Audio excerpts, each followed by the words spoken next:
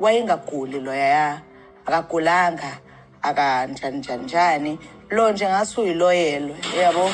So angazi noma eloyiwe nalokuqala noma ekuloyiwe lokuphela ngoba lo nje uziloyela umbhekile nje. Kungafika kwiqondo loba kuthakathiswane akho nto iyobe iphinde ilunge bethunani. NguMakhumalo ke lo nimva ethetha apha kule clip ndifake apha ekuqaleni kwale video, ethetha noMangwabe ekwakhe ebevula indlu. So ke wabe ebizile ke ifamily yakhe noMangwabe nabantwana bakhe. uMangwabe babuka ke indlu and then ke wabheka phezulu ke kwi-main bedroom yakhe, bahlala ke bencokola pha, bachaza ke ba hey utata uMosamseleku utshintshile. Ade athi ke uMakhumalo uMseleku angade aluze yonke into anayo ngenxa yabantu ababini.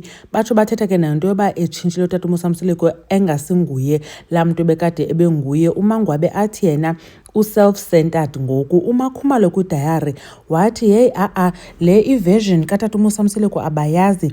Ewe ukhona laa tata uMosamseleku before agule nangokuba after egulile, kodwa alona uyacaca nje uba uthakathiwe. Le iversion yakhe ithakathiwe, i-obvious loo nto leyo. Uthi ke akazi noba lo uMthombeni uthakathwe phambi koba gule okanye uthakathwe emveni koba egula. Ndaqonda hey uMakhumalo uthini nangoku, and ke ngoku uthi uthakathwe ngobani. Ngoku ke ngoku seyicaca uba ubhekisa kobani, ngoba siyayazi uba uthe ba angade ancame umzi wakhe emncamela abantu ababini, and ke kukho nomntu omtsha kwesi sithembu uMakhwela lo athi kuye ke ngoku uyabaxabanisa. So inoba ke ngoku uthini, inoba uthi uthakathwe nguye, ithini le ntetha yakhe. Ndaqomba hey angekhe ziphinde zilunge izinto phakathi kwabo. uMangwabe ke uvezile uba hey uyamsizela uMakhumalo ngoba yena uMakhumalo umtsha kule nto, like le nto ubhidana notata uMosamseleku, and ke uyazama shem umsapota, kodwa uthi u-proud of her kumbona uba e-independent, like ekwazi uzilwela,